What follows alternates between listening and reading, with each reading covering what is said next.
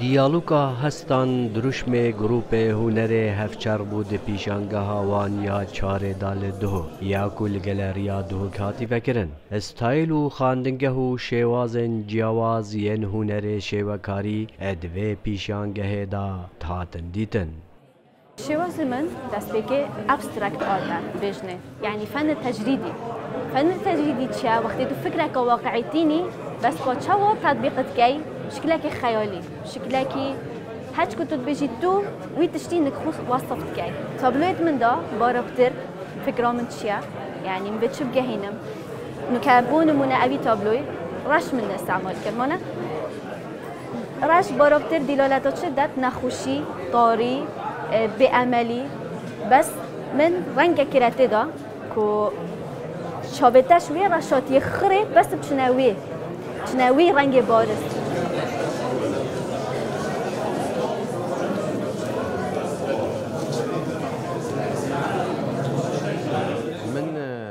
کس روزگار کردی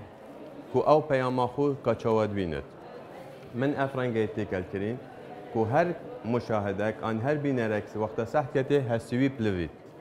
و دایلوکا خود کوالی داد بیند که او چه دایلوکت بیند هر ایک وکی هستی خود بیند که هستوی چیه در برینوی چیه دایلوکی دا آن کوالی دا او دتوری دا بیند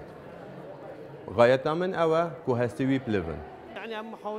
سیروان شاکر سرپرشت گروپ هنر هفشر بحثا پیاماوی گروپی دیگتو او شوازو هستن هر مرووکی ده تابلوین شوکاری داد بینید آرمان جد ما آبون فأما أبروك هجرة كونيني شا خلقك بدين قال هندي أو خلق بيت وعيك باش بوان بيدا بيت يعني أبريكا هنري يعني وان هجرة كبير سر هنري دا محاولة بكين چكو وكي سوزان لانجر بجيت مكمل كار هنري بينرا أو بينرجي بيتي پیش كفتي بيت فهم محاولة كان أف هجرتني أبد برينه قالك جرا هجرة تقليدي توتنا بيشا أفريقيا مدفيا هجرة كوني بينين أو هجرجي طبعا يا جريدويا باربتري هز چوا درول خود ناف كفاله دابين او هز جي من حتى يعني ناو نشانه فكرنا دايلوك هستا كده چوا حوارنا بين هستا پیدا بيت وقت تو کار هنری کرد و هر او کس مجه گرتین هر او کس ابد ابروکا کار خو خر کریت ناف د چوا هست نه هزر بعد بارابتري هست رول خو ببینید ناف كفاله دو امزانی جي يعني گلک هنر يپیش کفتی پشتی کلیجا هنر جوان لدهو کاتی وکرن هنر به همی لاین خوبه هند پیش کفتم خوبه دیتینه و بزاوین هنری برفراتر لحاتینه دناوا جواک دهو که دا سلام علای دنگ امریکا دوهاک